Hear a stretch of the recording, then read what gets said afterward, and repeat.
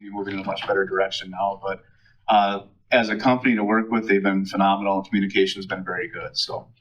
And what'd you think of the tour up at Rosemount? It was pretty nice.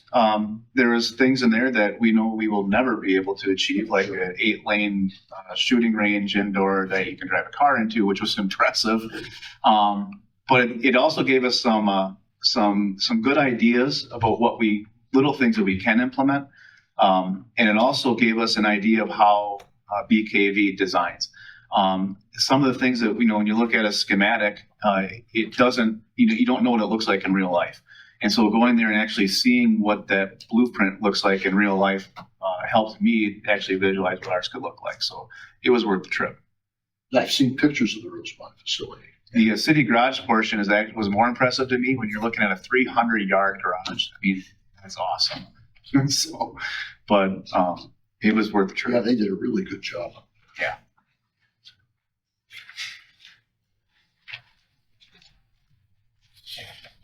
Any other questions or comments for Chief?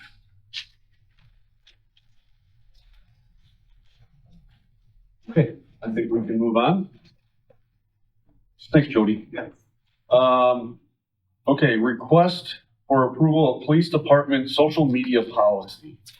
Thank you. In your packets is a copy of a policy that we developed, and I just want to give a little bit of background because I do think that the discussion here is going to be good. It's going to move us in the right direction.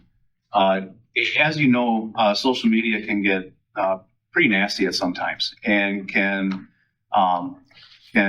single out individuals, either our employees or citizens, and being a public comment forum, we really, up until recently, didn't have much ability to control what other people post on our site.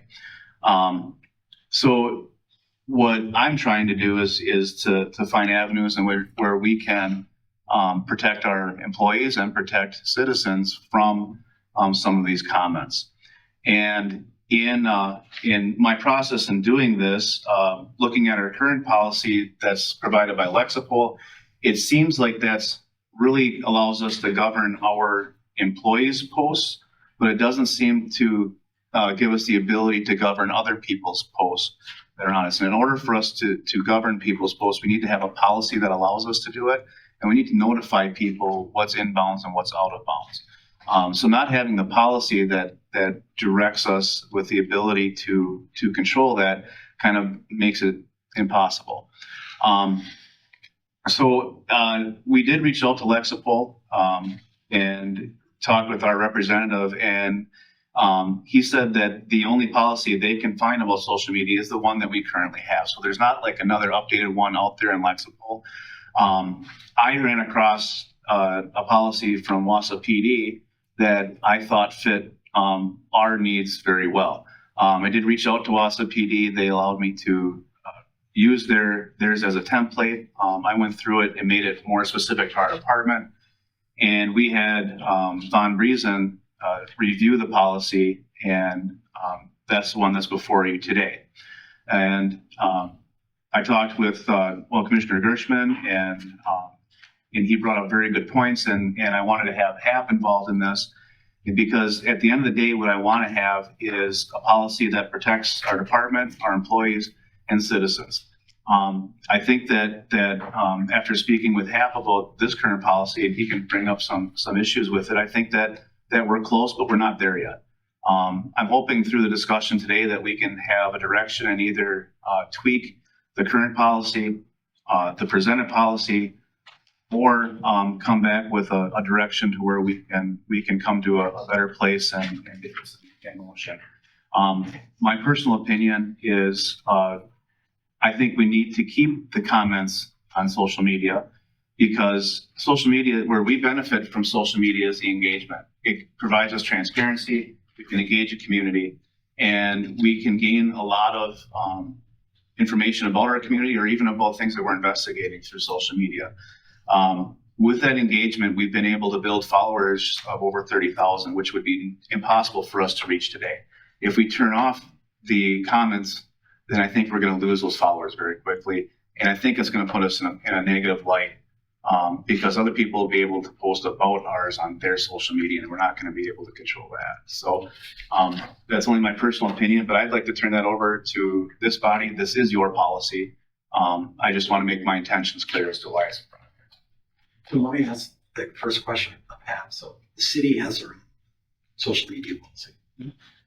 PD and fire department are not specifically excluded from that. Correct. Okay, so in the city policy, you do not have the ability to leave comments on the curb. Correct. I've had an opinion, so that's not by accident. Yeah. That's kind of evolved over time, and frankly, it's specifically to the police department, it's been an issue. Okay, because there are comments that are problematic, that may create legal issues, and this is common across the board, frankly, in terms of probably any use of social media, where you expose yourself to that, and then what can you do? And your problem here is that you are a government entity. So once you do that, it creates an expectation. And frankly, I've litigated this before because Project Park became a public forum as soon as we put the Christ statue there. So, this goes back many, many years with the same concept.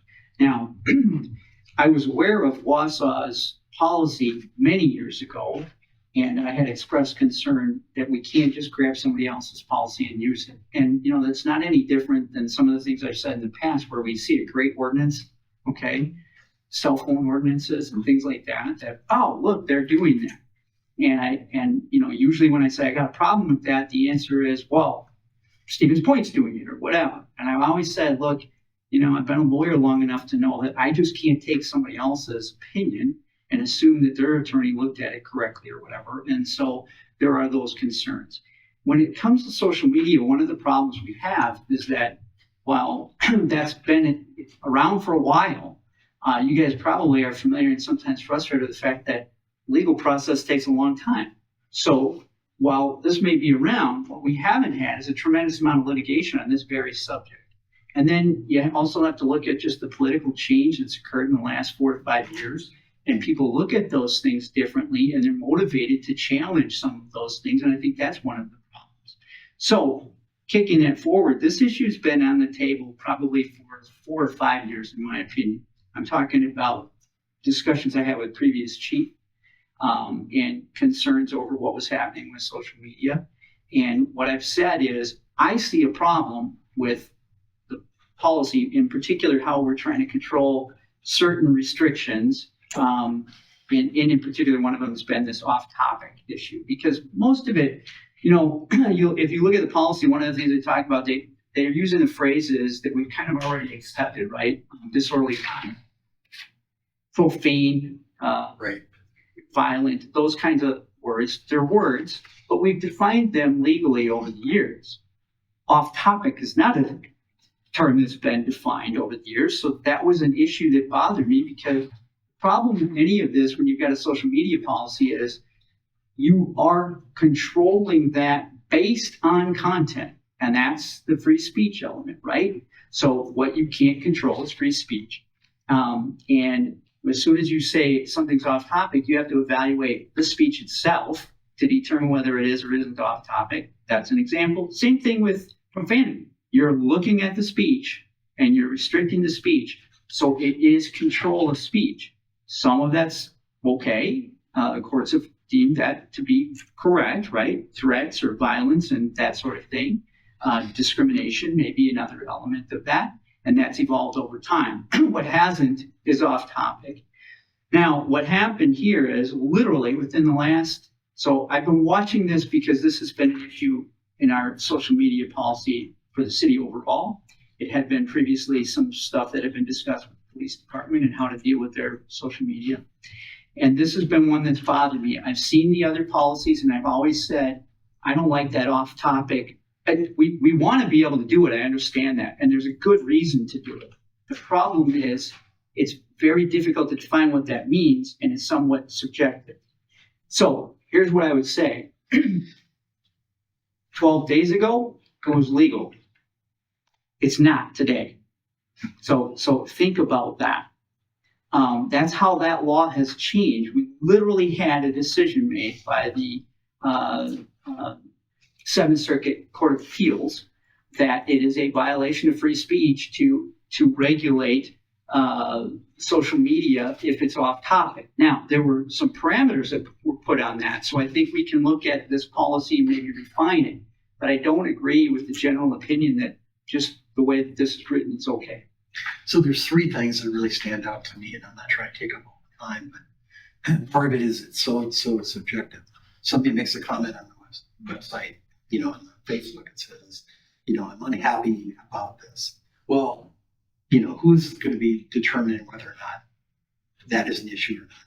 Literally one of the things the court said. Yeah. So the second thing is you have to have confidence in the policy that the person that's moderating that forum is actually doing it legally, right? It's all subject to open records. Everything should be archived.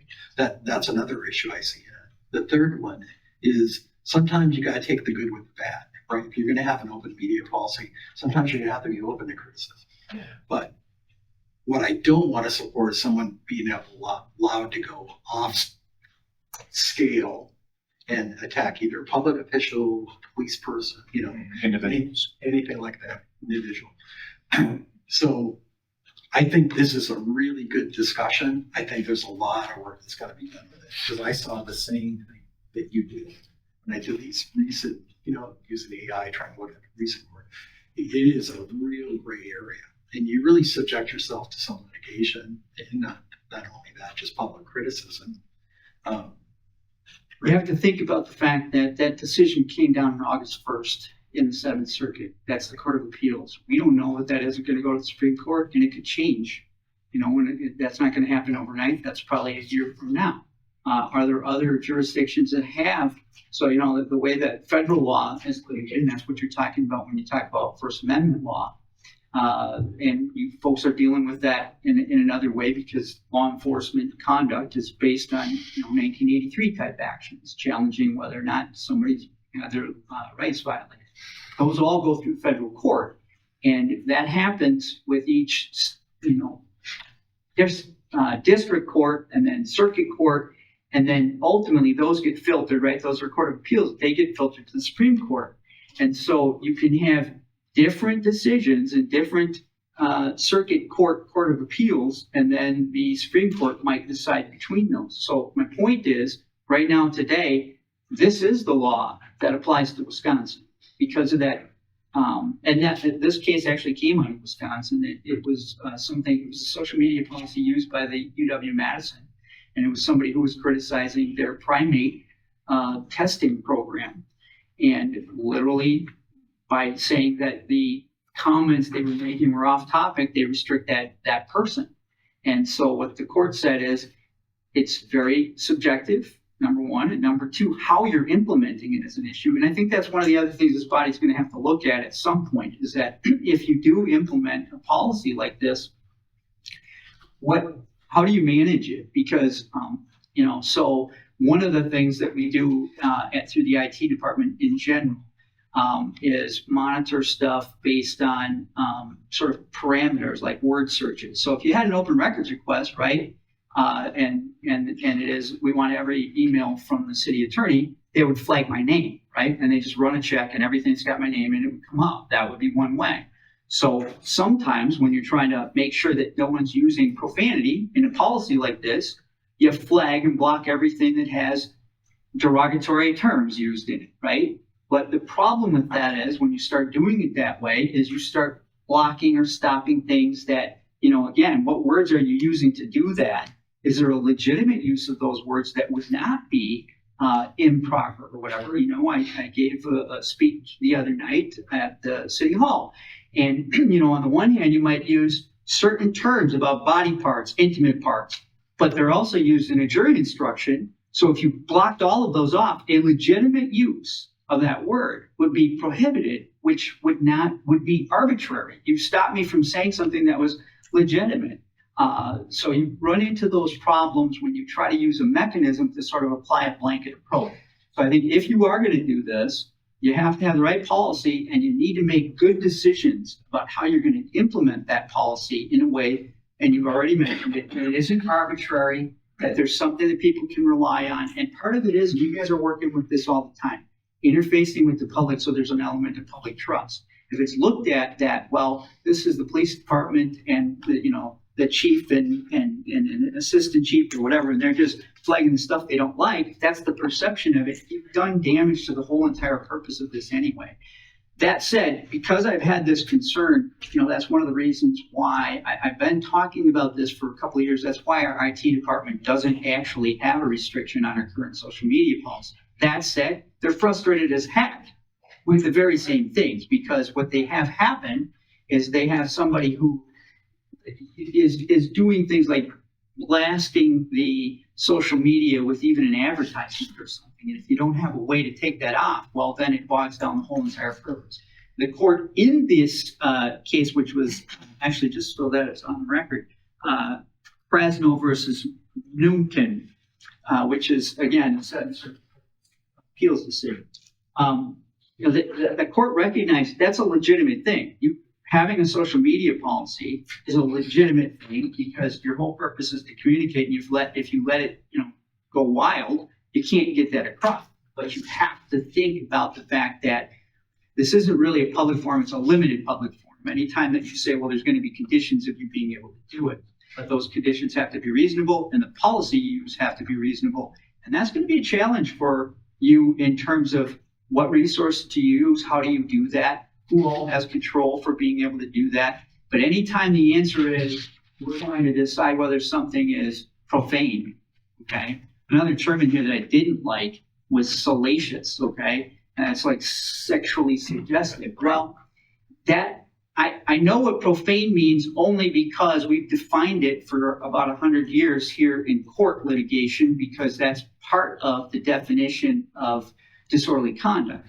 There isn't a statute that's used salacious, and I can't, you know, I'm not sure, you know, where, you know, it's like that. The primary purpose is to, you know, be sexually suggestive sort of thing. Well, I mean, that starts to get subjective. So let me just ask one question and then finish.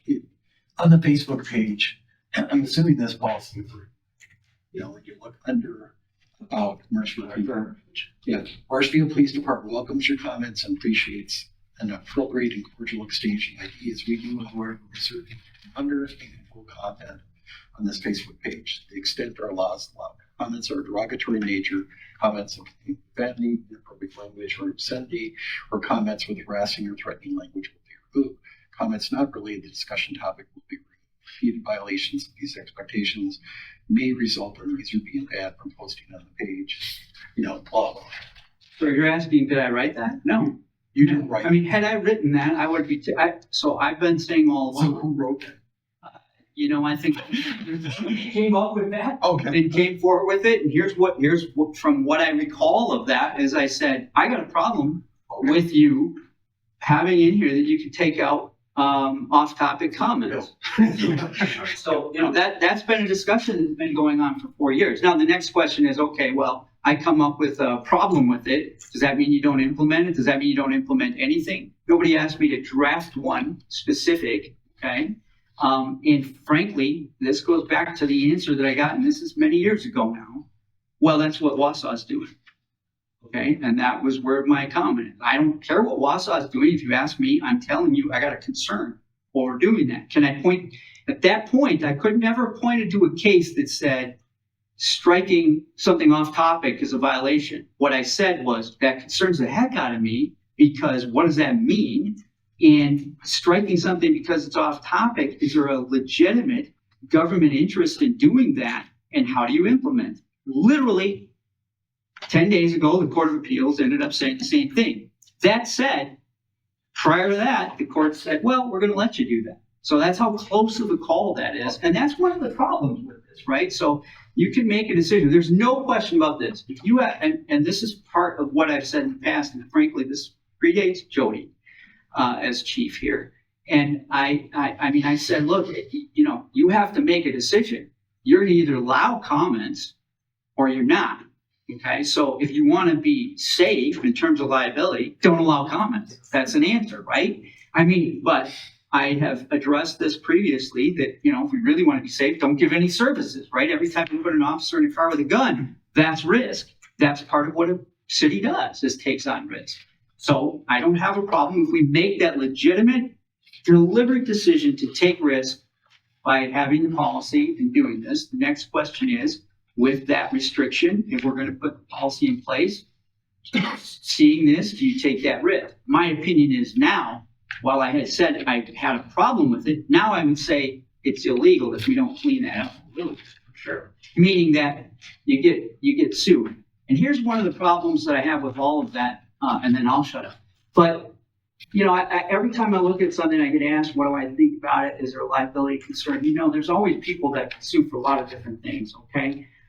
Some of them are legitimate, some of them are marginal. Usually the way that I try to say this is there a high risk? Many of the times there isn't, okay? It's just there's not really enough incentive for somebody to do that. That's not the case with something like this. And the reason for that is, first of all, the people that are doing the things that you might want to restrict, you've already exhibited a willingness to kind of do something over the top, to come out and you know, present themselves and push issues. And so that's there. What those kind of people are prepared to go ahead and challenge you. We've been facing that for some time. And again, it goes back about 5 years. That's increased quite a bit. So you have an increased risk that somebody's going to do that. And then the other problem is, just like I'll go back to the reference I made to Prospect Park. You have people when you start talking about First Amendment litigation, there are attorney's fees recovery. So if somebody can get some kind of marginal thing, an attorney's got a little bit of incentive to challenge that stuff, because if they're successful, they get paid even if the client didn't really have the money to pay them in the first place, right? So there's an incentive to take some of those cases on. So it's just one of those things where there is some risk. I think you need to clean it up. And then even if you do, I am telling you without any question, that's not an absolute, you know, safe harbor to say, well, we'll clean this up and do that, because just like the law changed a couple days ago, a tweak on this one way or the other, we don't necessarily know how that's going to evolve. That doesn't mean I don't think you should still do it. It goes back to what I said, right? Everything we do is somewhat, you know, carry some risk with it. You have to do the best you can. But if I look at the policy and that specific language right now, the previous policy and this one drafted, I would tell you a change on that off-topic provision and maybe a couple of other items really should be made, because if that was used to stop something, somebody would have an argument under this case that that's not appropriate.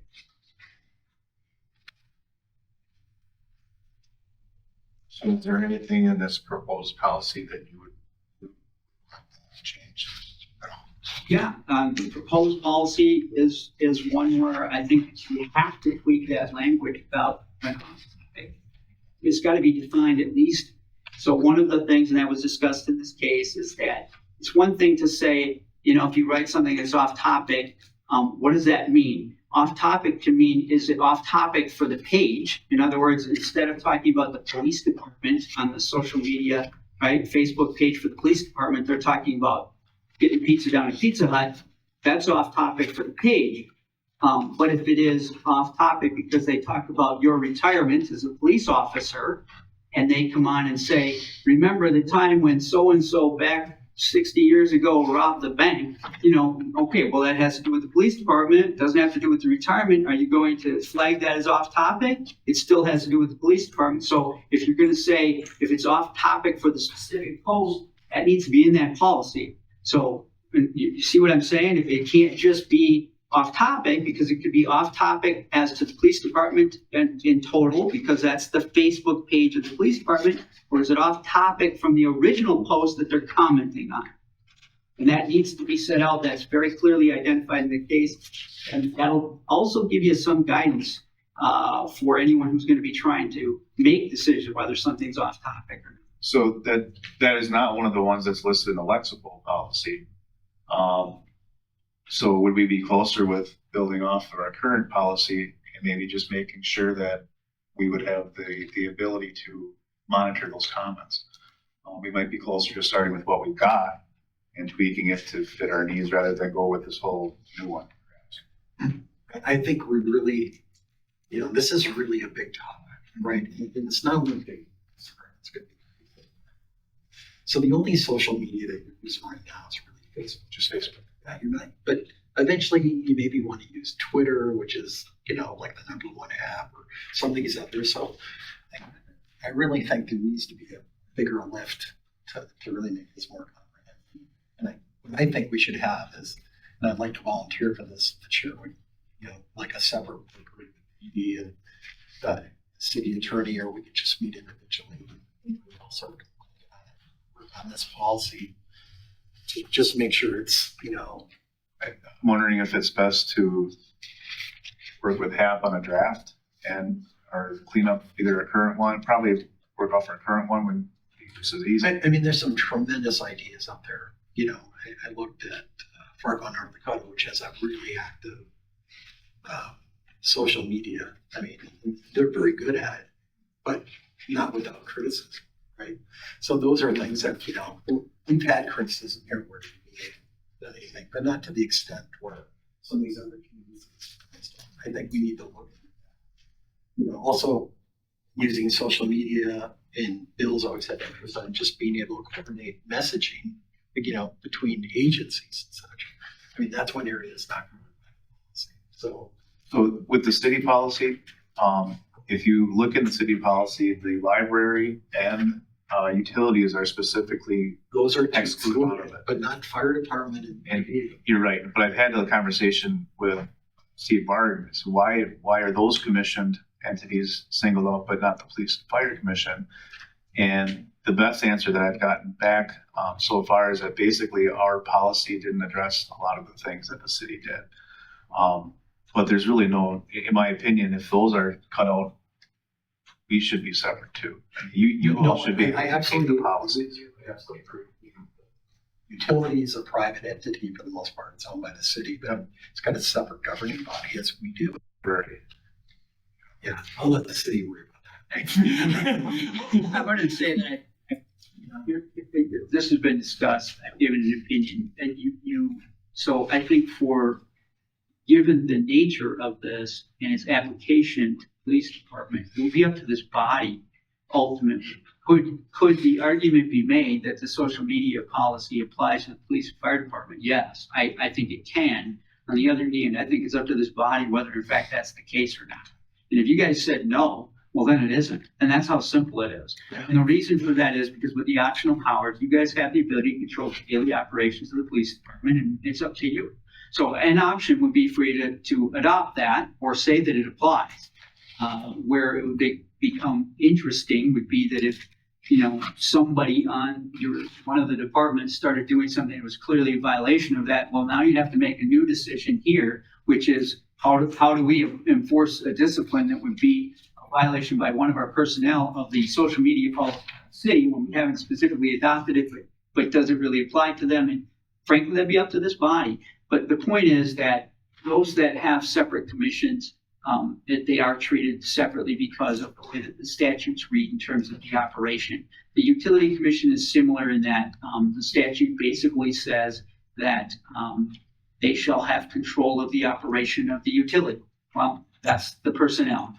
This optional powers, you have control over the daily operations of the departments. You have the control over this policy as a result of that. The library is a similar thing because of the way that's set up. So that's the reason why those are there. I don't know why someone specifically made that decision one way or the other. I will tell you that I have made multiple comments that I would really like to see, and it's safer for us to have a policy that applies to all departments of the city, even though they may be operated separately. And here's the reason for that. I talked to Jody and Travis recently about this in a different way. But, when you start, in my other life, I bring lawsuits, okay? And so any of you that have any professional involvement know that there are standards that apply to you, right? And these are the operating standards, the best practice kind of thing. So if you think about what this means when we have a street department or the administrative department in the city, and we create a policy, just use social media, and this is the best practice, and this is the right way to do it. And then you have another department that's operated by the same corporation, which is the city of Marshfield, but they're headed by a different governing body, you guys, and you have a different policy, right? So let's think about that you have one has, use it in a different way. If you talked about this in terms of safety, you'd all be like, how the heck did you do that, right? The decision of whether you need to wear a seatbelt or not, right? So if it was that the street department said all of its employees needed to wear seatbelts, but you don't have a requirement like that, right? Then if there was a lawsuit involving that, that would be an issue in terms of the case. Why didn't you employ the best practice? You say, well, that's not the best practice. Then you go over here and say, well, they decided it was the best practice. And now you're fighting with yourselves over, hey, you adopted the best practice, but you adopted a separate standard to apply to two different departments of the same entity. Think of how that would look. And I'm telling you that because I've done it and used it successfully to challenge actions by government entities in my other life. So, and I'm not telling you this is a big act. That's a big thing. Because we haven't operated that way. But the closer we can come to being able to operate as one entity with a very similar policy, if not absolutely identical, the better we can protect ourselves and operate. I'm going to use another example because you guys are in charge of a significant and very important workforce here. But if we have an HR department that is operating and controlling how interacting with employees and disciplining employees and how that's processed, there's a benefit to treating all those departments similar. Obviously, discipline always has to be controlled by this particular body, but the idea that you have a overall HR policy and an overall HR process is beneficial because it shows a uniformity of approach. And again, most of the time we have to worry about this kind of thing that I'm talking about is sort of what's that best practice, because you kind of are establishing that. Fortunately, you're not dealing with that very often, but imagine that again, if you had a lawsuit where somebody says, I wasn't treated fairly. Well, why? Well, this is how they do this over here through the HR department, but because I'm a law enforcement or fire department employee, they process me differently in terms of an investigation. It was unfair and biased against me because of specific person's involvement. Those are the kinds of things that we want to just be aware of because they could affect the outcome of the case. I threw a lot at you. I'm those things to think about because I've been talking to administration about that.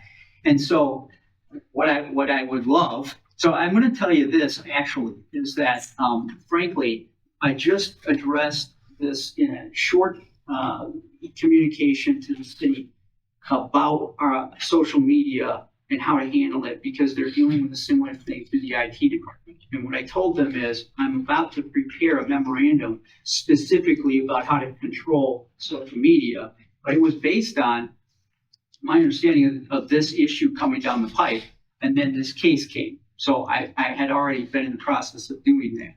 I think that'll help us, and again, this is probably a few days, a week that I have that completed, but I think that'll help you try to figure out how to deal with this.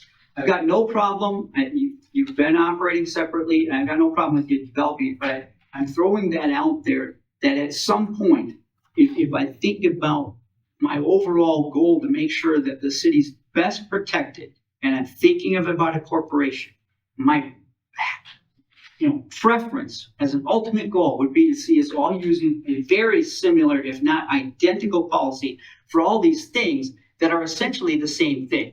Social media, communications, use of equipment, certain things like that, that the closer we can come to something that's uniform, the less vulnerable we are for that kind of unique case that says, why are you doing something different? So in essence, maybe the best course of action would be to, in my opinion at least, is to fix what needs to be fixed in the current policy and or this draft with your recommendations and the chief's bring it back, and then also potentially looking at doing something with the city as a whole I can bring a copy of the city's policy too. Yeah, Just email it to everybody. Sure. Yes, I think I think I can. I can do it. I just don't know.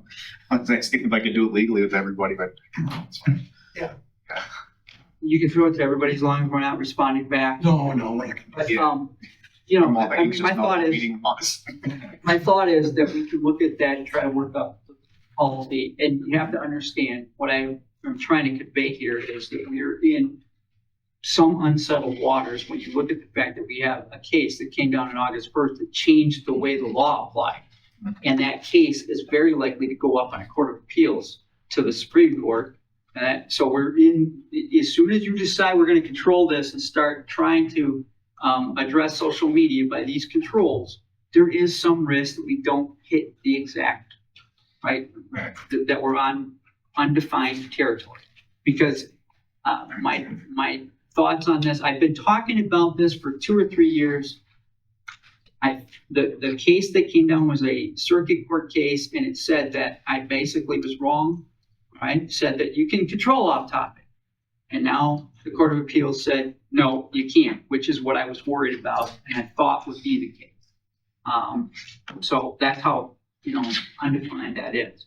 But I think all you can do is take your best shot. We can look at the language and try to tweak a policy that'll get you somewhere. And, also understand, just like I said, that you got to take risk for, operating as a city. Maybe you need to make compromise in terms of what you can control and what you can't too. Part of the IT's decision in doing that was just simply, it's such a difficult thing to navigate. We're going to just let it go. People post, it's on there. If that's what happens, that's what happens. And we're going to do the best with it as we can. And that was the reason why the IT department didn't try to do some of these things and restrict those. However, the IT department just came back to me and said, oh, we're having a problem with our system getting bogged down by one guy who's doing these things and it's causing problems. how do we move forward as the best practices item that you're talking about with the city council? Is that something that you continue to bring forward if we get a, say this approved as a temporary?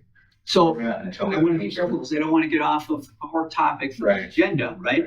But here's what I will say is I've had this discussion with the administration. My understanding is they're going to be coming around with this and hopefully we try to do something that would be, much more of a combined effort to say, look at these policies. Let's see, is there a way where we all could do it? And the answer is absolutely, right? As one example, you could just simply as this body say, we're going to be subject to the same policies that apply to, now obviously you have to keep in mind your contract, right? But outside of that, or even incorporating it, we're going to be subject to the same policies as the overall, municipal departments. There are other versions of doing that, but each one of these bodies, even though utility, library, and you folks are separate, you could all decide to do it the same way. And ultimately, at some point, hopefully we get there. There's got to be an agreement. There's got to be trust. You got to see it work.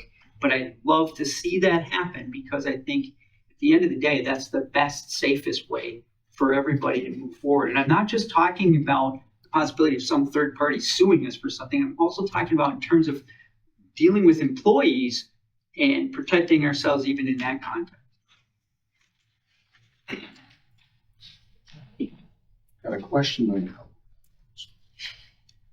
Just out of curiosity, was that a 2-1-3-0 decision from the Seventh Circuit? No, I didn't even look at that. I mean, I got it here, but I didn't look at it. On one hand, we got 2.5 pages of policy from Lexipol. And then we've got just over 4 pages of this one. Just for myself, if I was to be I'm trying to make it as if we're making a decision today. I think looking at this 4 pages, we need much more time to do a comparison and contrast and develop questions on almost on a line-by-line basis. The other comment goes back to something Hap said.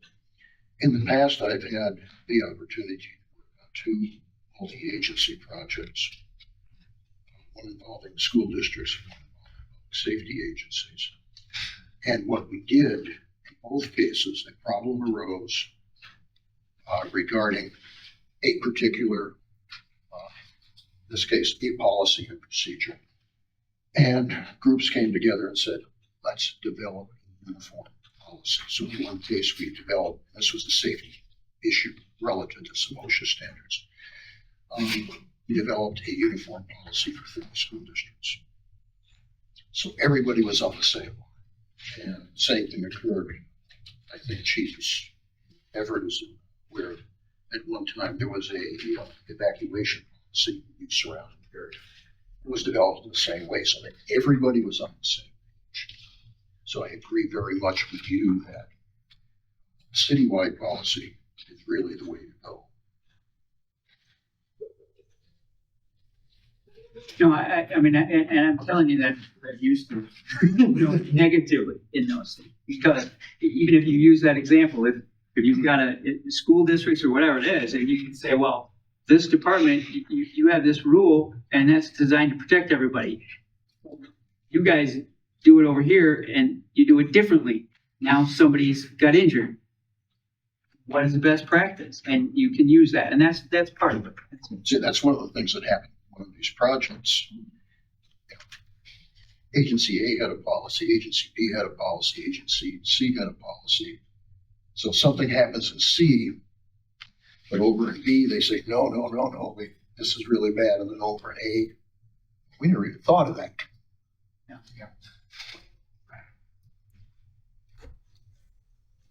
So we come back in the future? Yeah, what I'm understanding is I'll get the copy of the city's policy to everybody. Yep. I can, we can meet after that. Otherwise, I can start working with HAP on maybe building something to launch off of, probably off the Lexipol and launch from there.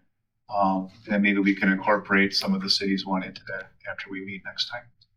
Does that sound like what you want? Okay, would you prefer to have us come back to the next meeting with perhaps line by line questions? We can do that, or I can take a stab with HAP to incorporate city policy with Lexipol and launch from there. I think that's really efficient. It might be the best way because I think otherwise we're gonna have a lot of cooks in the kitchen, so to speak. So There's a few examples I'll send you that I found just doing some cursory research. Yeah. Other departments. then if you can copy HAP in that, I think. Yeah. that'll Yeah, just respond to. Yeah. That's great. So, right. I appreciate the discussion, and again, this is something that I think we all recognize is pretty important. So, thank you.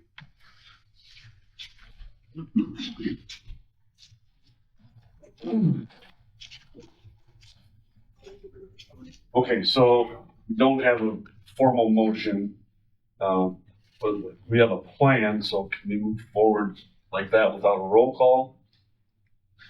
Yeah, Well, no action. Yeah. no action, I'm writing it. Okay, sorry. Okay, I just want to make sure we got it correct.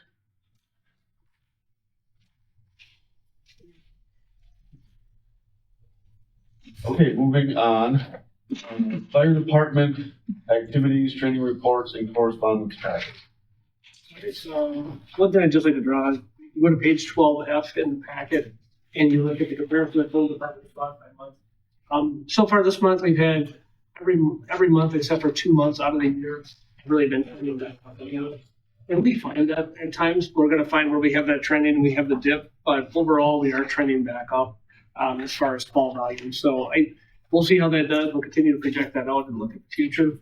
As far as everything else in the report, I felt like it was fairly straightforward. We had a busy month of a lot of meetings, taking care of a lot of different things, trainings, and we really tried to reflect that throughout the activities report to really show what we do each month, because there's a lot of things that you don't see each and every day, and we want to make sure. With that being said, I'd be happy to answer any questions you have.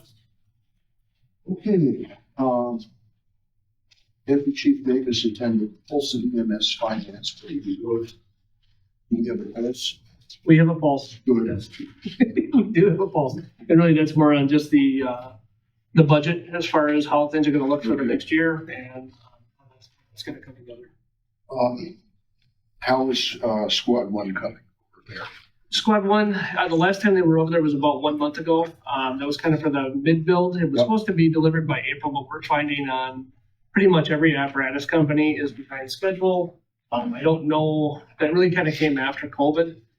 For the most part, when they went over and checked on everything, all the cabinetry was made and was sitting there ready to be installed. So for the most part, it's on the right track. It's just taking a little bit longer than we had originally foreseen. A lot of that has to be with chip manufacturers and things like that too. I know those are some of the backlogs. Let's say somebody from another department came to you and said, was this just being a refurbish or is this a rebuild so you actually have a new vehicle? New It's kind of, style, new.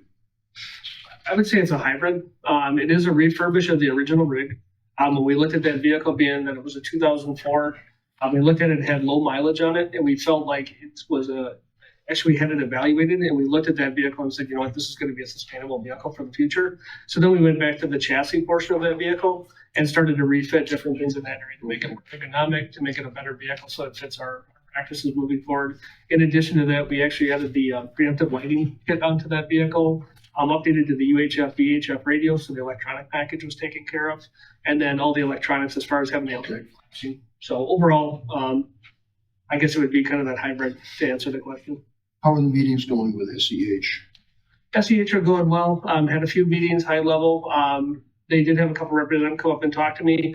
We've just been kind of meeting with training. They talked with Deputy Chief Weiland, who's our training person right now, and talked about our training records, how those reflect what we're doing with those training records.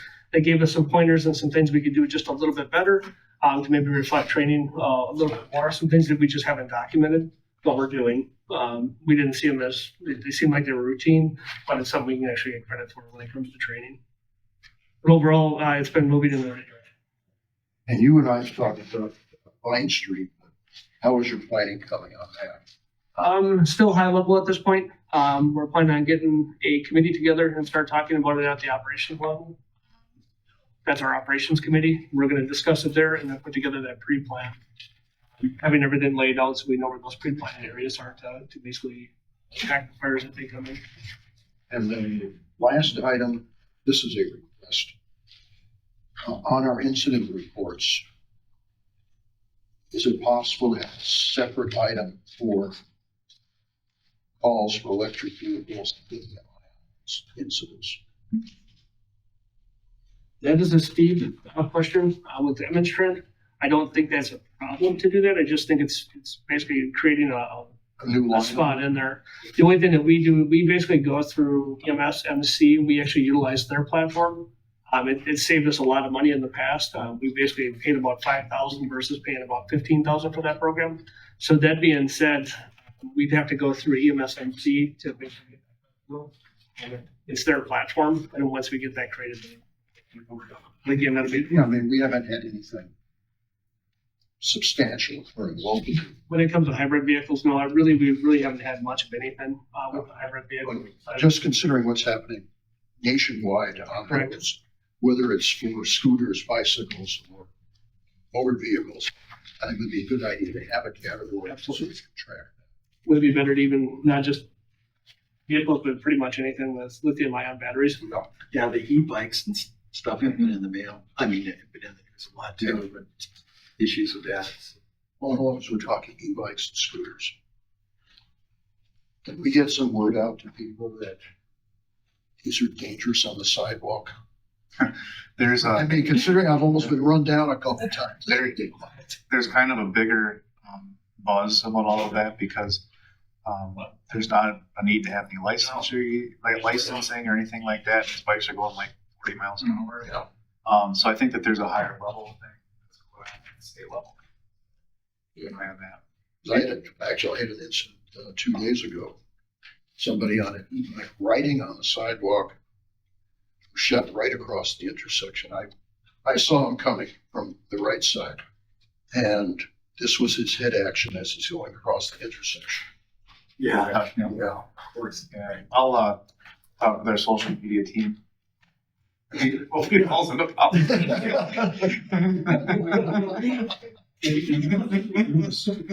Even the scooters with that. I saw a social media post that some kid, that might have killed. Yeah, I know they're pretty, they're involved in a lot of accidents. Any other comment or questions? Okay, hearing none. We move on to strategic plan for Marshall Fire and Rescue Department. Presentation of positions. Give me just a second to get set up here.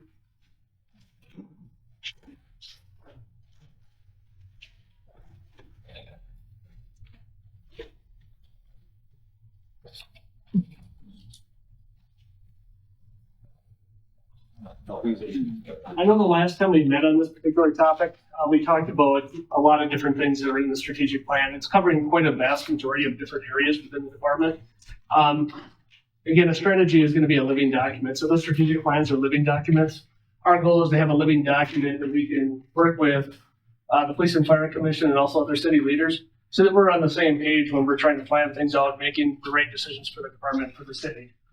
One aspect that you asked me to bring back to you was just basically talking about the positions. When we talk about the positions, this is a 50,000 foot view.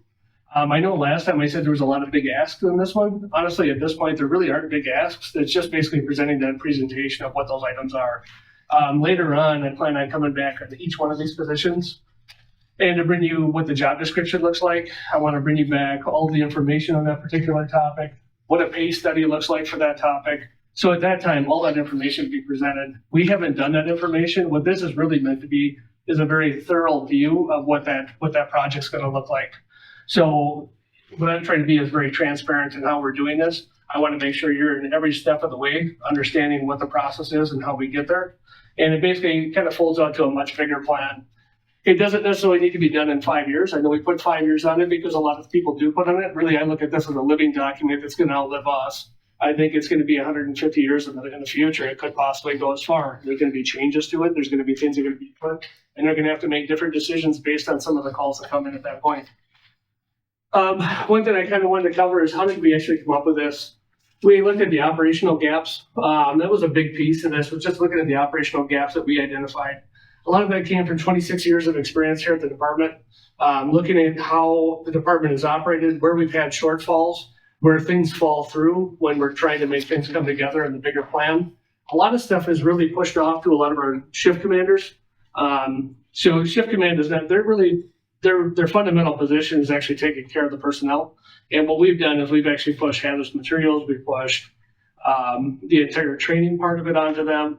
And that's a big piece to try to take care of not only all the people that are underneath them at the shift command level, take care of all the incidents that we have, but on top of it, then go ahead and put a whole program management piece on there. So what it means is we're going to have shortfalls in just about every area because we're asking to do too many things with one aspect.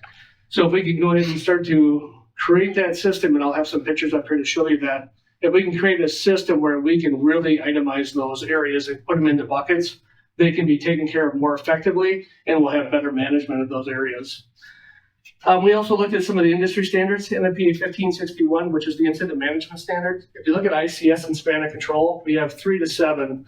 5 is optimal when it comes to personnel. If you get over 7 personnel underneath 1 leader, what ends up happening in the incident command, not only on the scene, but also back when we're in garrison here at the fire department, you're going to have problems where we're going to have shortfalls in those areas. So we want to make sure that we're covering those spots.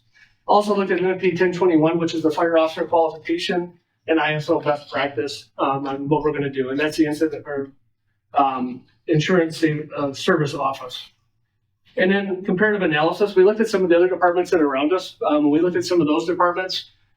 Wisconsin Rapids has recently had some changes within their structure, their rank structure. We also looked at Stevens Point. They've had some recent rank structure as well. Across the United States, a lot of departments have looked at their rank structures and realized that some of it's outdated, and they need to go ahead and update some of their rank structures so that it actually fits the department and what the needs are for today.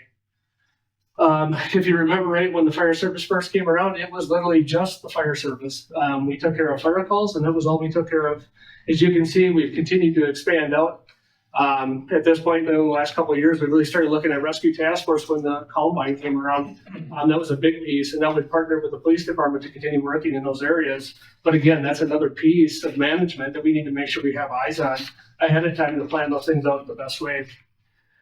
The process and methodology behind this, we looked at some of the things, the department assessment, we reviewed call volume, risk profile, and also administrative operational workload.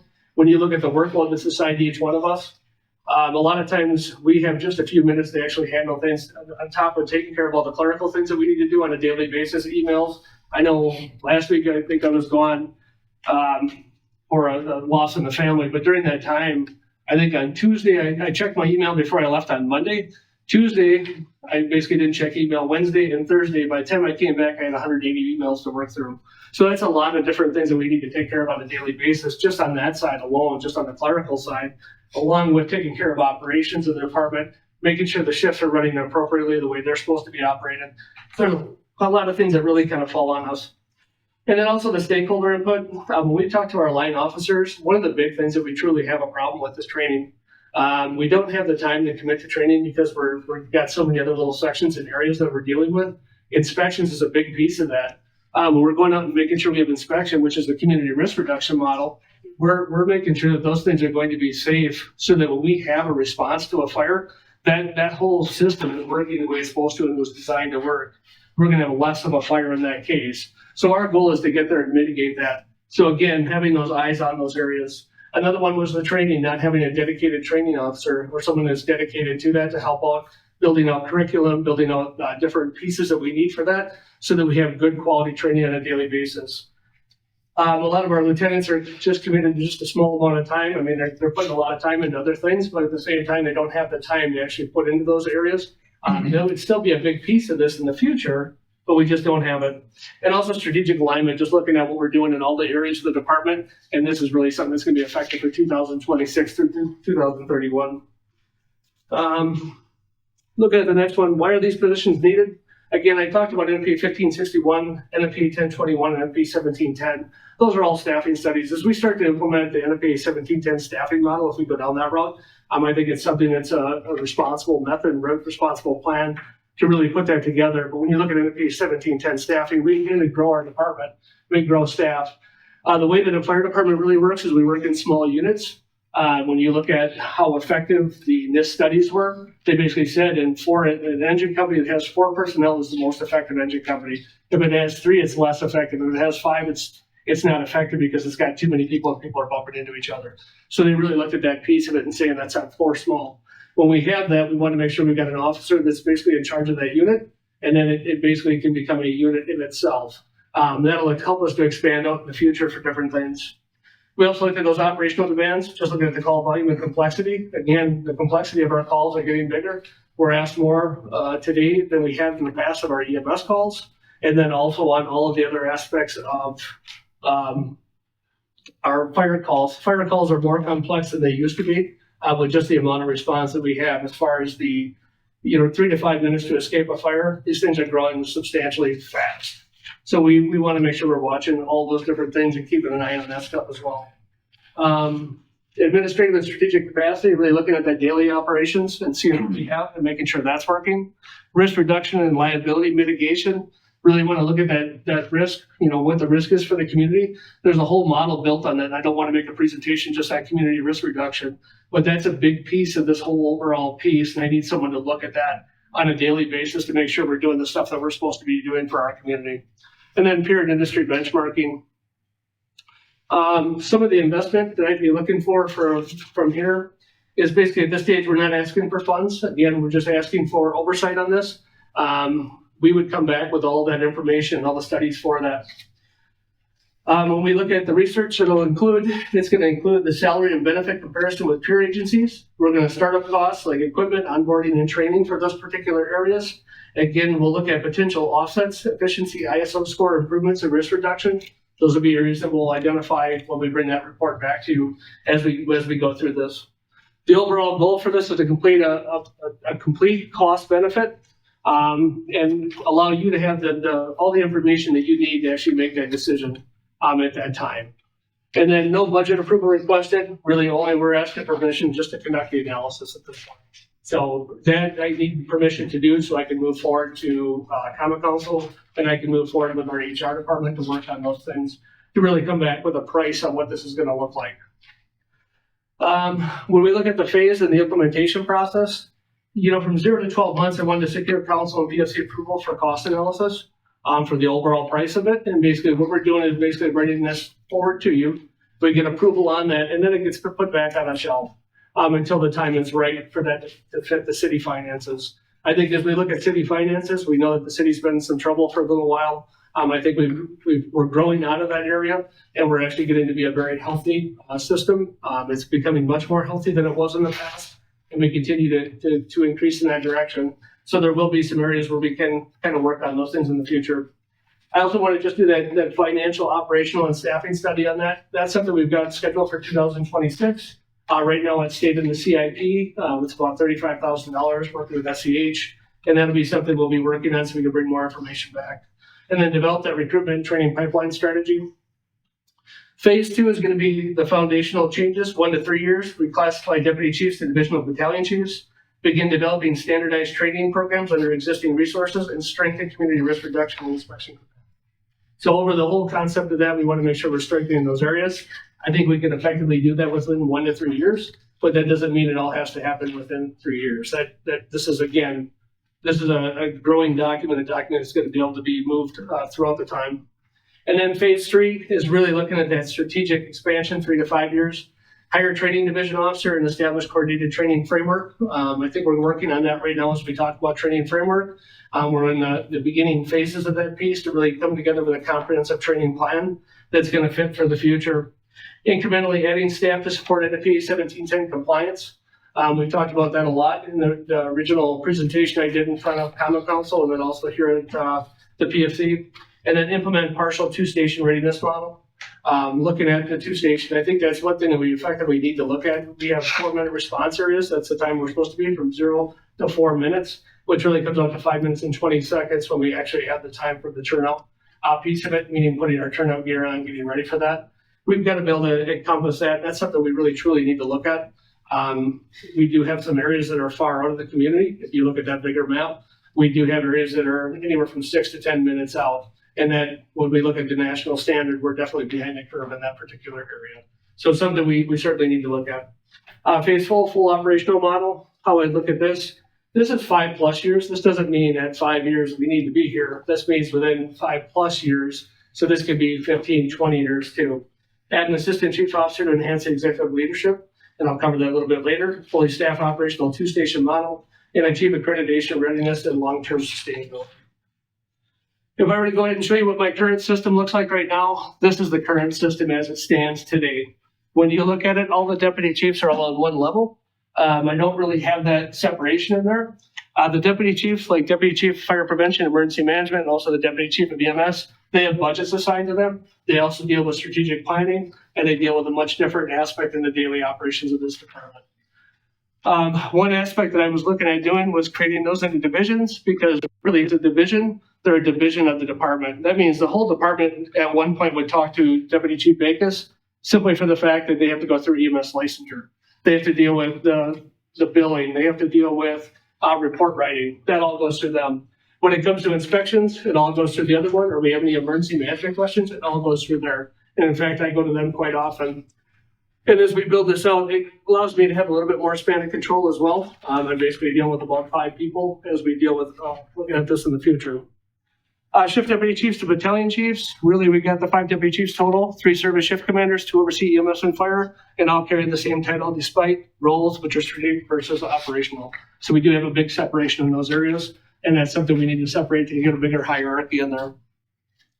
Why would we reclassify them? Reflect frontline command responsibilities. So those deputy chiefs that are assigned to the shift, they've got that frontline command responsibility every single day.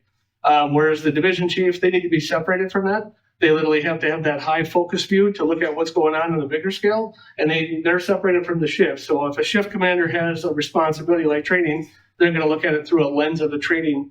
Whereas if I've got somebody on a daytime or a position that's higher up, they can actually look at it for the entire department and take out some of the things that they would have for that particular shift. So really trying to kind of reclassify that. It aligns with NFPA 1021 ICS and best practices, improves clarity and succession planning. Really trying to get that succession planning. That's a big piece of our model as well, making sure that we have that and then people feel comfortable taking these positions at a later date. We've got a lot of talent in this department. And if we can go ahead and enhance that talent and grow our officers, we're going to be much better off in the future because I can understand our system instead of trying to come in and learn it. And then again, really prepare for multi-station operations. Oops. Some of the benefits to this are going to be distinguished admin versus an operational leadership. We're going to keep the current authority structure intact. So basically having that hierarchy of authority all the way up. Budget neutral adjustment at this point for this particular position because all we're doing is making a title change. We're not truly making any other changes to this position. So unless there would be something that comes forward that we find out, but there really would be, they would stay in the status quo of this position or this area. And then reinforces the chain of command and accountability for this. Deputy chiefs on days to division chiefs. Basically, as you can see up here, the rank structure, we got two crossed right here. When we look at a lieutenant, they're basically up and down and they'd be silver. So anything that's not an officer as far as like higher administration, those are silver. Anything that you see as gold, those are going to be the upper administration positions. Those are the ones that are basically going to be crossed. Here they're taking the bugles, crossing them. So there's a little bit of differentiation in rank and you can make that distinction pretty easily. As you look at the next one, you look up at the top, that's got the 3, and that's where the division chief comes in. And that's that position. As you look at the division chief, our current structure, the daytime deputy chiefs share the same, basically share that same title.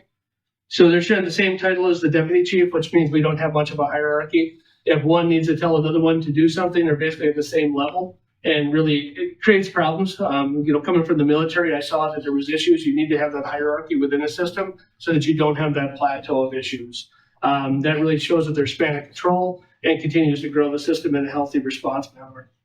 Roles have different functions, oversight versus regulation duties, and then creates internal, external confusion. So when we're internally, just even trying to explain the situation, a lot of people really don't understand what they mean by the 5 deputy chiefs at the same level. And when you look at a deputy chief in a bigger department, a deputy chief truly is, it's like the assistant chief right underneath, and then you can have multiple deputies in large departments. So if you were going to New York, and I'm sure Commissioner Baker could attest for this, you have multiple deputy chiefs that would be in that area. And then they've got assistant chiefs that are assigned underneath them. So it really makes for a different system and a big system. I don't foresee that need needed here. I think we need to fit it to our system. We certainly don't need something much bigger. And then the titles don't reflect the specialization of modern fire service standards and limited succession planning and accountability. So one thing that I have, as I'm looking at my future officers that are moving up, a lot of them don't want to move to days. They really like the shift work. They really like the job. If I could differentiate between a battalion chief versus a division chief, they're all deputy chiefs now. Right now, the actual battalion chief or the person who would be at that battalion level, they actually make more than a shift or a daytime deputy chief, simply for the fact that if they take a 1 shift differential, which means they get 1 paid holiday and they get paid for that, they're making more than the other one. So there's really no incentive for them to want to move up into those positions other than if they want to work on a daily schedule. But there really is no incentive, and they're taking on a ton more responsibility than they would have at the lower level. Some of the proposed change in the solution, we basically reclassify the daytime deputy chiefs to division chiefs to BMS, a division chief of fire prevention and emergency management. That would be the idea. And really the benefits here, it really defines that clear role and authority. A lot aligns with the NFPA 2021 ICS and industry standards. So when you look at ICS again, that's going to get you down to span of control. 3 to 5 is optimal, 3 to 7 is going to be the bigger number. And then enhances leadership and identifies accountability, boosts operational clarity and efficiency, and prepares for growth and accessory accreditation readiness.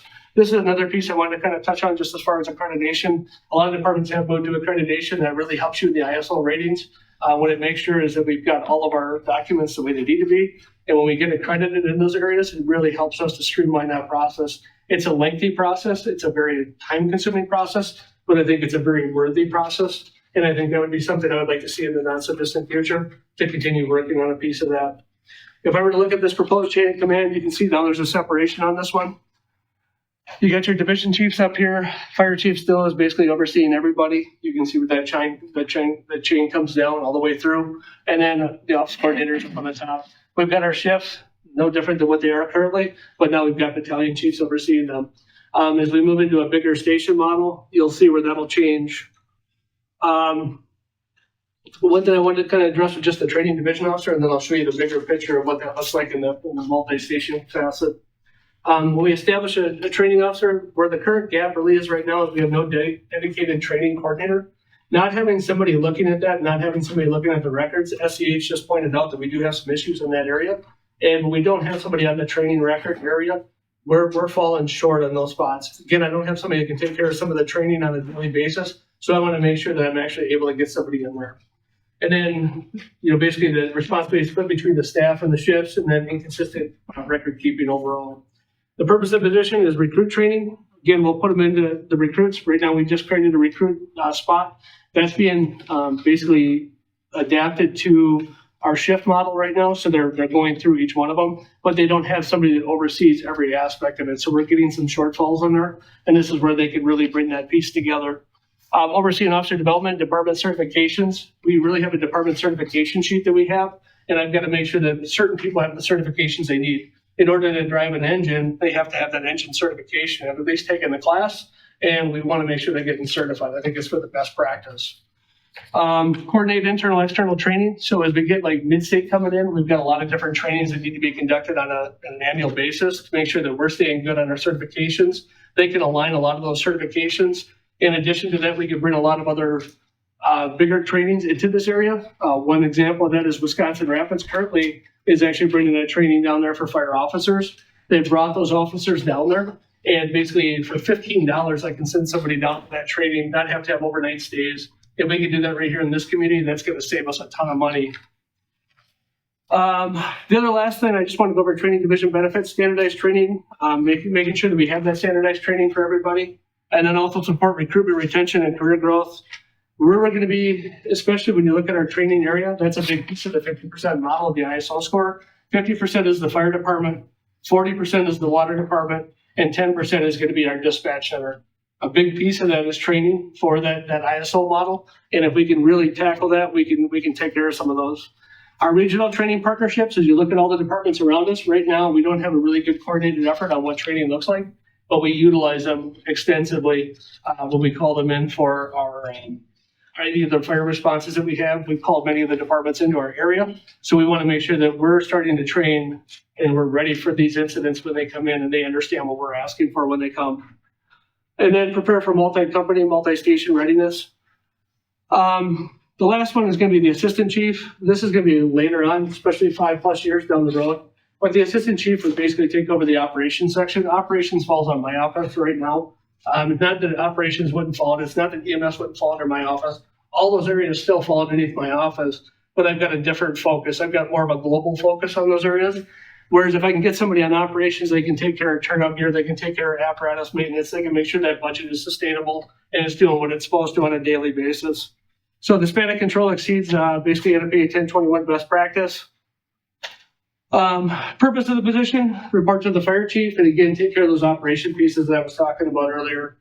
They'd also manage training center and NFPA line. I'm sorry, that's the wrong one. They would basically, the oversight areas would be fire suppression, incident operation. Right now, that's done by a shift commander. I oversee it, I sit on the committee, but overall, it's being taken care of on that aspect. We've got a lot of different moving things and a lot of things that change within our industry on a daily basis. And we really need to keep eyes on that area. I'd also like to take hazmat, confined space, and high angle rescue programs and place them underneath them for responsibility. Right now, those are being handled at the shift level. If I don't have somebody, if they're off for their 4-day period, I don't have somebody. If they take some vacation, I don't have somebody in that area to actually answer questions or talk about different things that we need to do in those areas. Fleet and station management, again, as we get more complex in our bigger thing, especially in the training center, right now we've got one station, but we still have multiple apparatus that we need to take care of on a daily basis. That would all fall underneath that position. Operational supplies and procurement, again, looking at the future for that, how they would do the operational portion of it. And then cross-division strategic planning. This is working with the police department. This is working with multiple different agencies within the city. They can actually have more hands-on with that operational consistency to make sure they're there. It's not that I wouldn't be involved in it. It'd be much like what the police department is doing. Then serves as acting fire chief when needed, when I'm not in place, or if I'm out of town, vacation, whatever may happen, I'd have somebody for that. The organizational benefits, establishing a strong, clear command structure. And then centralized oversight of special ops and logistics. Again, that's all separated out right now. So we really have to bring in a lot of people on overtime and things like that to really get the look at what that overall piece looks like. Improves leadership continuity and succession planning, and prepares for future growth and complex incidents. And again, getting our bigger strategic plan.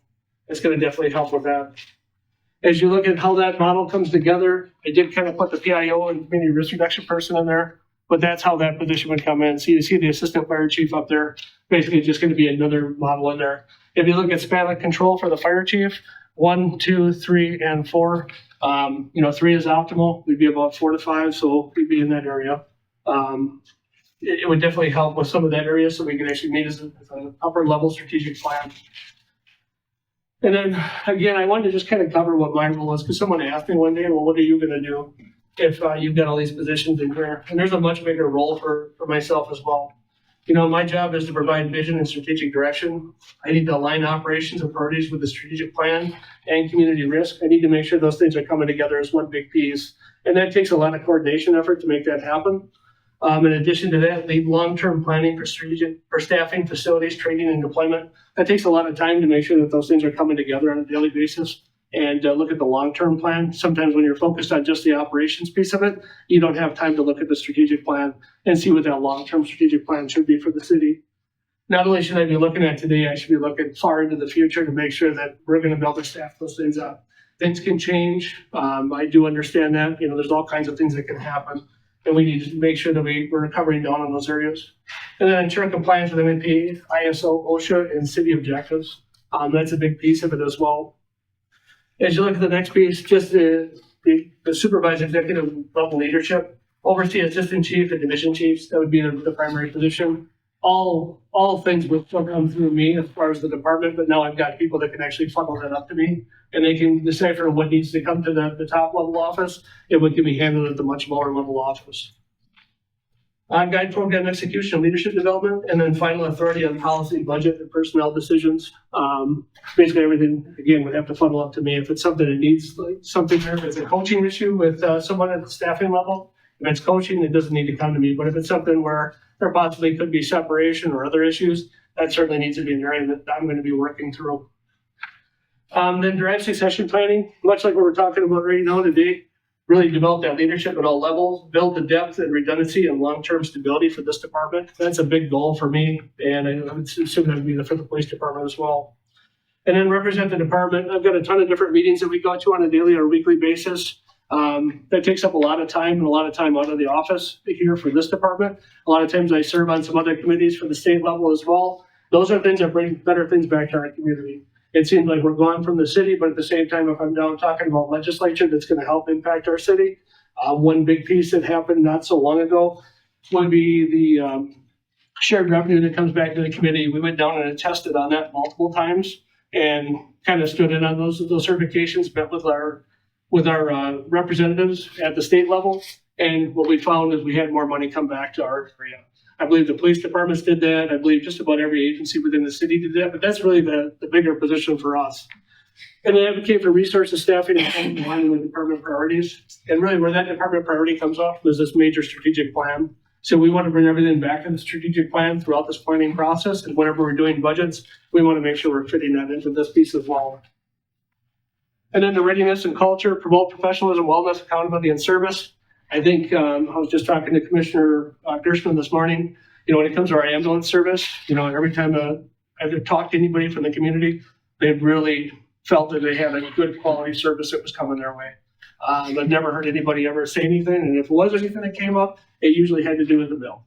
So there's not much I can do on the bill side of it, and I fully understand where they're coming from. But when it came to the service side, they were ecstatic about what we're doing. So I think that comes from just trying to make sure we've got a good thing and we've got all the tools and resources that they might need.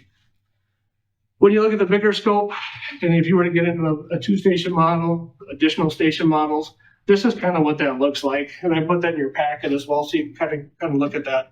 How do we come up with these charts? Basically, you look at span of control. So if I've got an ambulance, I want to have 2 firefighters on it. And when we get to engines and trucks, that's where a captain, and this is where you get into a station captain type position. You've got to have somebody that's overall responsible for the station. And the battalion chief is going to be kind of a roving spot. So if I were to take everything out from the top and we just look at those battalion chiefs down, a battalion chief is going to be one that's going to be a rotating vehicle. They'd probably be stationed out of station 1, and then they would rotate to other stations and be able to go ahead and move around. They keep all of their information and all their books and all their command stuff is all in basically a vehicle. And we're working on a command vehicle at this point to start working down that way. So everything we've done has been intentional to move us in a direction that we feel needs to be for the city. So having that command vehicle allows them to rove, but when you get to stations, we have to have somebody responsible for that station. So that's where a station captain comes into place. As you can see, each shift has a station captain for each one of them. And then basically they're responsible for the maintenance of that station, what's happening in that station, and all the other things. On the other shifts, they're going to have lieutenants, basically on firefighter, that's going to happen there. That's kind of how the breakdown looks on the bigger span, and that would be the long-term plan when we move forward. So that'd be 5 years plus. I wouldn't see that in my time frame, but I think it's something we need to effectively plan for. And that's kind of what I had for today. If you want to go into, this is actually more into, if you guys want me to go into those 2 pieces, we could cover that today. I've got 2 slides on that, and then we can move on to, I know the police department has some restructure ideas they want to bring forward too. But I can stop here as well, and I can basically bring it back next month. I'll leave it to the body if you want to do. Move forward. Next month, okay? But I think the PIO part, that's a separate thing that we're looking at down the road. Right? It is. We're looking at that as a Thank you. separate. When it comes to PIO, one thing that kind of came up talking about social media policy and big P's, I mean, that's something that ties into this. If you've got somebody that's got eyes on your social media, that's a big piece of it. And kind of what we decided to do over here was actually take that, put it with community risk reduction as well. And I'll just give you just a brief synopsis on that. Community risk reduction talks about the model and the training that we're doing out there, plus our public image. So if we really tied those 2 together, I think it works really well for the department to help us gauge that and what we can do. I know a big topic that's really out there as far as social media, that's a big piece. And trying to manage our social media profile is a big chunk of it. We've looked at a couple different programs and how we can put together better responses and have better engagement from the community. And that's one thing that in our last strategic plan, I think was done in 2018, the community wanted to hear more from us.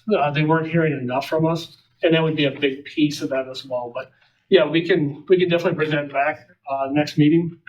But that would be part of the strategic plan as well. And again, no dollars or anything assigned to it. It would be basically for us to look into the position and bring you back that information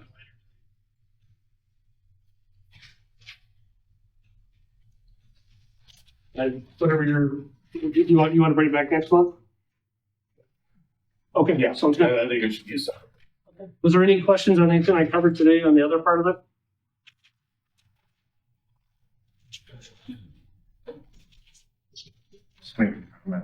I like how it was laid out, but then overall. Oh, thank you. Streamlined. So, Okay. Yeah, we tried to. I know last time we had just a lot of information to try to cover.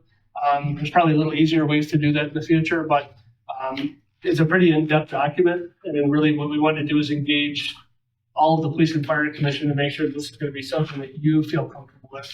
I'm sure you're going to have questions that'll come to you at some point, and I want you to have the information you would need from other leaders, community people, folks that are out there asking questions on it. And by all means, I'm here to also answer a lot of those questions as well. We talked about having that public piece and that being my perception of my position. I really would like to get out and start doing more town hall meetings and discussions with the community so they understand some of the issues or some of the things that we are actually dealing with at the fire department, what our strategic plan really means and what it means for the community as a whole. Yeah, I mean, just from a structure standpoint, just from the way it's currently changed, and to the second one here, you know, just from, you know, like a company structure, just looking at the first one with the way they are right now is you can see the line in the middle, you know, It's really and flat. yeah, and it just, and a lot of times in companies that where they go wrong, the middle gets really fat, and you get too many middle management stuff in there.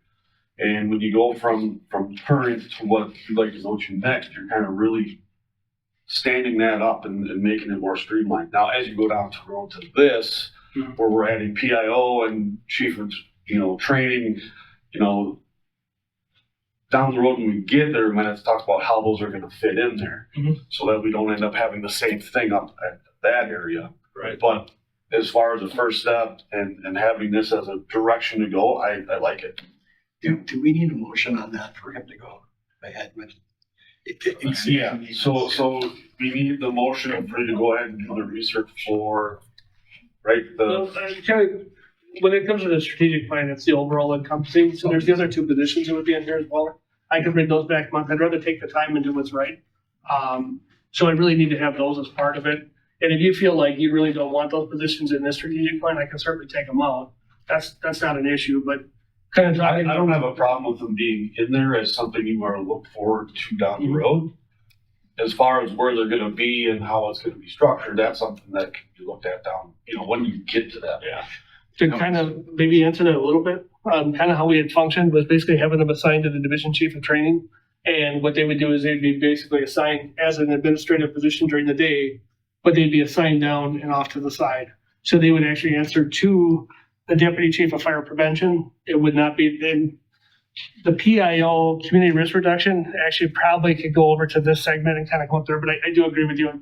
The thought process was to kind of assign them underneath one. They wouldn't be another, they wouldn't be another manager level. Right, correct, yep, correct. Okay, So I'll amend my motion to include those. okay. Actually, To examine the strategic plan. Randy, Go ahead. that's not a motionable item. Oh, it is. It's simply a presentation. Okay, so we don't do anything. Okay, thank you. I mean, Steve can note it's by consensus. Yeah. We're asking for more information. We're asking. So for next month, do you want to see the community risk reduction or the PIO slash training officer, or not training, but I mean, inspector?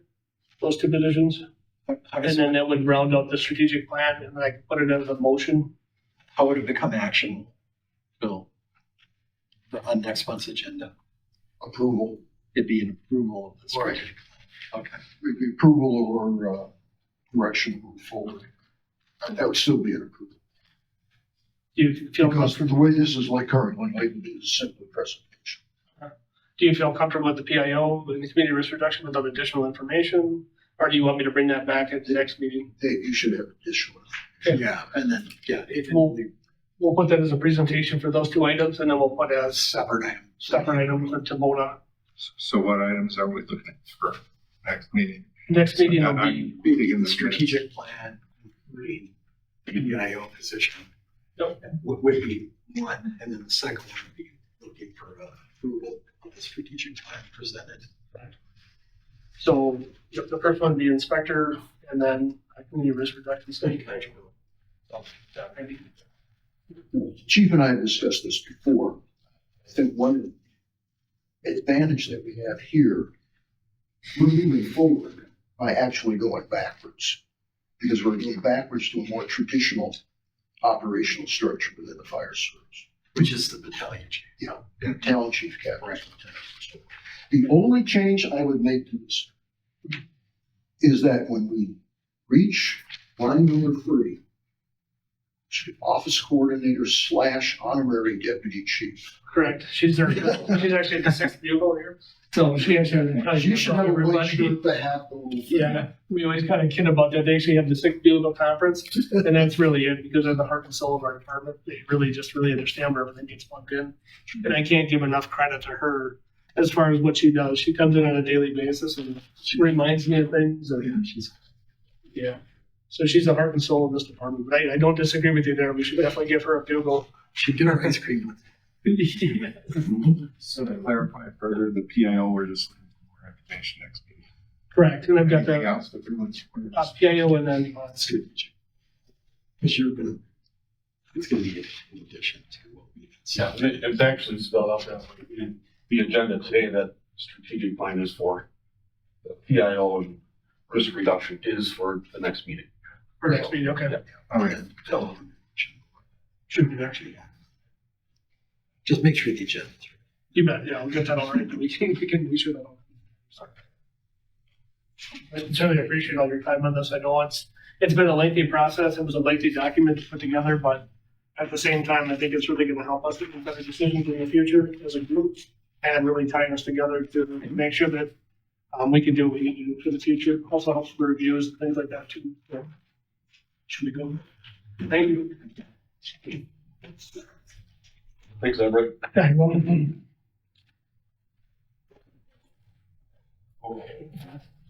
Moving on. Fire service and law enforcement updates. For time, can we keep it short? I got customers coming in this morning. Okay. I included the first item because of some concerns Randy had expressed at one time. Duluth, Minnesota increased the road WI arrests by 43% due to increased enforcement. Tempe, Arizona, including this one, Tempe police arrested a Grubhub driver for disorderly conduct on the highway. He was delivering pizza.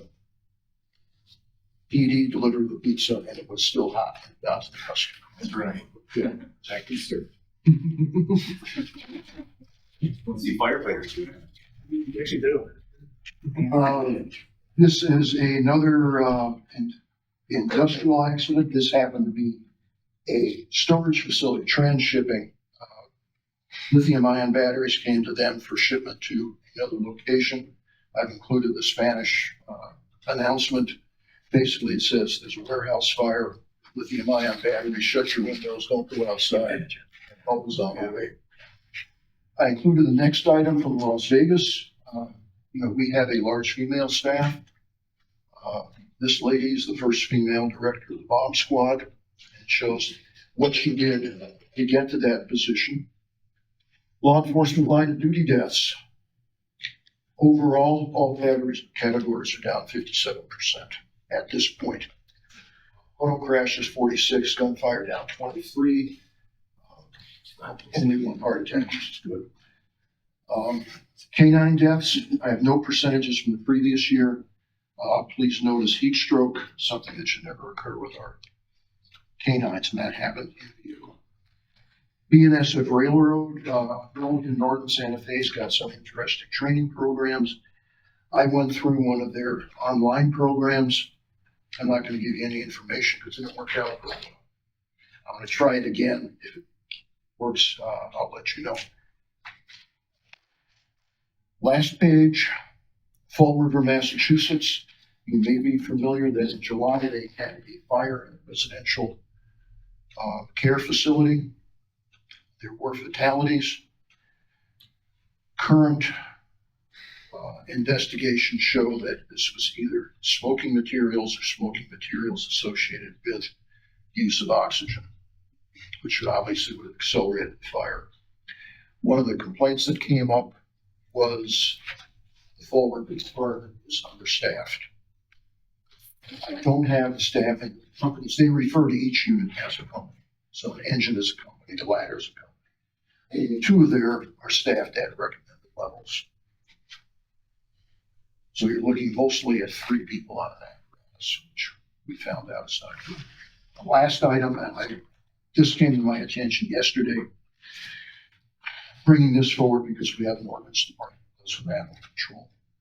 Lieutenant Albert Stout is a 39-year veteran of the Robstown Police Department in Texas. That's a Corpus Christi suburb.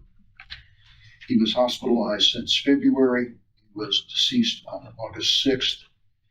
This was a line of duty death due to illness contracted on the job. He was in control of the Animal Enforcement Division. He contracted typhus. And for those of us that are old enough, which I guess means me, not that Andy, he wasn't here anymore. You may remember pictures in history books of U.S. troops in World War II dusting refugees with DDT. That was control of lice and fleas which transmit this. I know Andy had brought up the question several years ago about why was the fire department buying bed bug spray? And I believe Steve Baker said he was surprised about being Yes. very serious situation. It's not something that you would expect. Lice and fleas, and unfortunately, guess that. I'm done. Think Bill. Pretty good. Items for future meeting, we kind of already went over that with the strategic plan for the fire and rescue department. And we'll also have the police department restructure proposal. Do you have any other items? Need to adjourn? The only thing with ours would be the approval to get July.